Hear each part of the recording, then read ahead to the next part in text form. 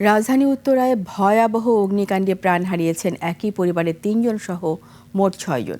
এ ঘটনায় আহত হয়েছেন ১৩ জন। ফায়ার সার্ভিস ঘটনাস্থলে পৌঁছে ২ ঘণ্টার চেষ্টায় আগুন নিয়ন্ত্রণে আনে, কিন্তু ততক্ষণে ধোঁয়ায় দমবন্ধ ও দগ্ধ হয়ে প্রাণ হারান ওই ভবনের ৬ জন বাসিন্দা। নিভে গেছে একটি ছোট্ট শিশুর হাসি, ছিন্ন ভিন্ন হয়ে গেছে দুটি কর্মজীবী দম্পতির সাজানো সংসার।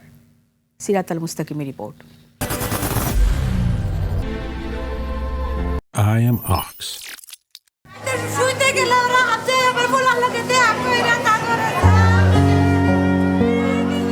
জীবন আর মৃত্যুর মাঝে ব্যবধান কতটুকু, এর হয়তো কোনো নির্ধারিত সময় নেই, কিন্তু কিছু মৃত্যু এতটাই অনাকাঙ্ক্ষিত যার হিসেব মেলানো বেদনার।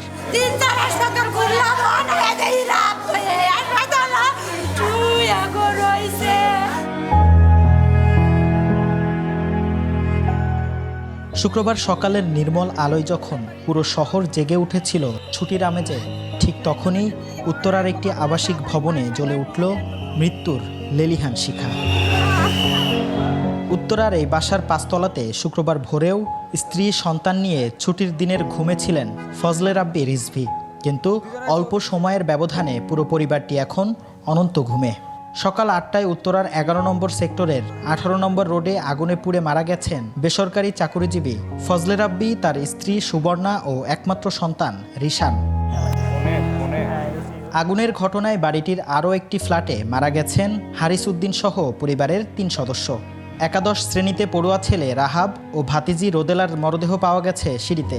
তাদের শরীরে পোড়া চিহ্ন নেই।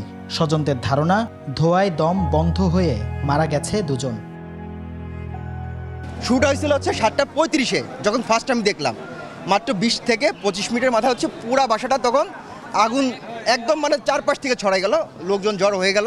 বন্ধু হারেজ মারা গেছে, ওর বাচ্চা মারা গেছে।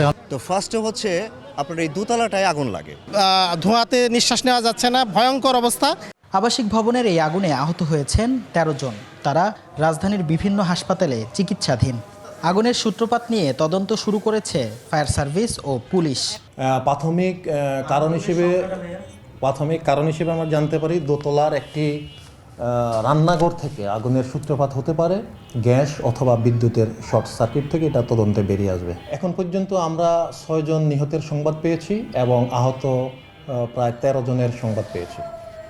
নিহত ৬ জনের মধ্যে ৩ জনের মরদেহ কুয়েত বাংলাদেশ মৈত্রী হাসপাতাল থেকে হস্তান্তর করা হয় পরিবারের কাছে। সিরাত আল মুস্তাকিম, ২১শে টেলিভিশন, ঢাকা।